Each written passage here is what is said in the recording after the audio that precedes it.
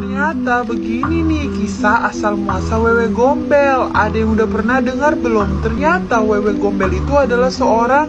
Jadi ceritanya ada segerombolan anak yang sedang bermain di hutan kan. Nah, anak-anak ini mainnya itu kesorean. Mereka main sampai maghrib. Padahal orang tuanya sudah mengatakan jangan pernah keluyuran saat maghrib. Tapi anak-anak ini masih ngeyel kan. Dan ternyata bener dong saat mereka bermain maghrib itu ternyata sudah ada yang mengintai mereka dari atas pohon. Akhirnya anak ini diculik sama wewe gombel dan gak pulang-pulang ke rumahnya. Karena anaknya gak pulang-pulang, akhirnya orang tuanya memutuskan untuk mencari anak tersebut.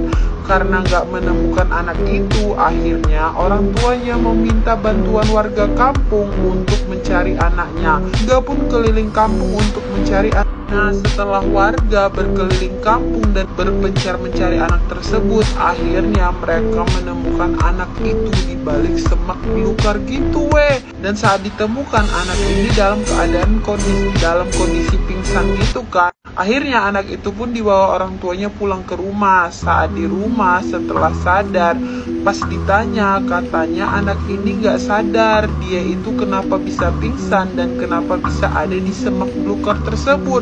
Dia gak ingat apa-apa sama sekali Padahal dia gak tahu aja kalau ternyata dia tadi itu sudah diculik wewe gombel.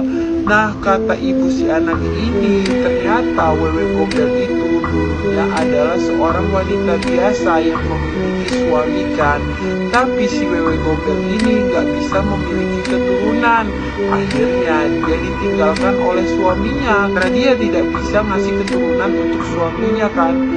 Wewe gombel ini pun akhirnya hidup sendiri, stres dan akhirnya mengalami gangguan jiwa sampai akhirnya si wewe gombel ini meninggal. Guys, pengen kelihatan cantik, cewek ini memilih untuk mentato bibirnya. Tapi bukannya cantik, bibir cewek ini malah jadi rusak. Jadi ceritanya ada seorang wanita yang sebenarnya udah terlahir cantik tapi dia tidak puas dengan apa yang sudah diberikan Tuhan kepadanya. Dia merasa bibirnya itu masih kurang cantik dan masih kurang merah dan masih kurang menggoda kan. Akhirnya karena merasa tidak puas dengan semua itu, si perempuan ini memutuskan untuk pergi mentato bibirnya dan dia pun pergi ke salon untuk mentato bibirnya kan.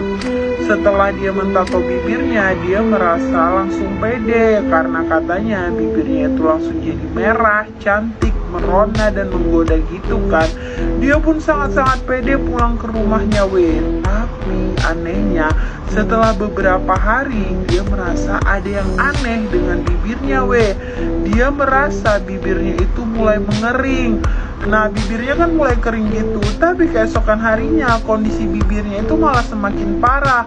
Bibirnya itu pecah-pecah, bahkan bibirnya itu luka dan berdarah gitu kan. Nah, si cewek ini memposting kisahnya tersebut dan memposting foto bibirnya yang rusak ke sosial media kan. Orang-orang di sosial media menyarankan dia untuk memakan ampicillin. Si perempuan ini benar-benar ketakutan banget kan kalau nanti suaminya ngelihat bibirnya itu malah jadi parah, rusak dan memerah gitu. Dia takut suaminya bakalan kabur dan ninggalin dia Karena ketakutan akhirnya dia memutuskan untuk pergi ke rumah sakit dan memperbaiki bibirnya.